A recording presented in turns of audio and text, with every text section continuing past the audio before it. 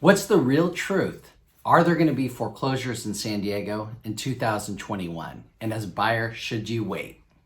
Hi, I'm George Lorimer. I get these questions from a lot of people. They say with forbearance, with everything going on with COVID and the economy, our price is going to drop. We've seen prices go up considerably. In 2020, went up, depending on the area, between 7 and 10% year over year.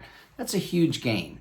Most publications like Realtor.com, Zillow, Redfin, Economist are projecting a 5.5% increase in California home prices in 2021.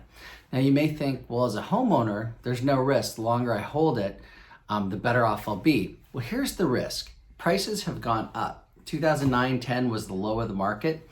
Now we've seen all-time historic high prices. It can't go on forever because what happens, at some point, it becomes not affordable based on buyers' incomes, because buyers' incomes don't raise at the same rate that home prices have.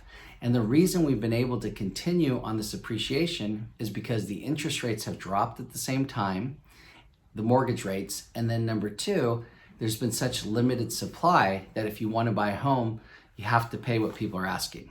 Now, so that's the reason as a home seller to take advantage of the profit today and move forward, because just like nobody could have predicted what would happen to the hotel industry, the airline industry through COVID, you just don't know. There's a certain uncertainty. And with so much profit to be able to be taken now, and if you have it as investment property, exchanging it to another market and even making more cash flow. So that's something to think about as a homeowner. Now let's go to the home buyer. Should you wait?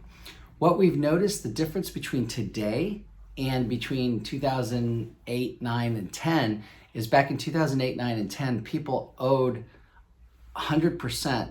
It was a loan to value. So if you had a property for $500,000, you might have owed $490, $500, $550. So you owed more than the property was worth. So at that point, people have no vested interest. So they turn it back to the bank. So there's a high incidence of foreclosures. Now, in contrast, nowadays, 2020, 2021, what we're seeing is people have substantial equity.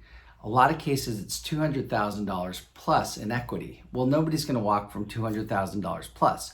So instead, people are working with banks on forbearance. If they can't pay their loan, they add it to the back of the loan. Or if somebody really gets in a pinch, they could sell their property on the open market.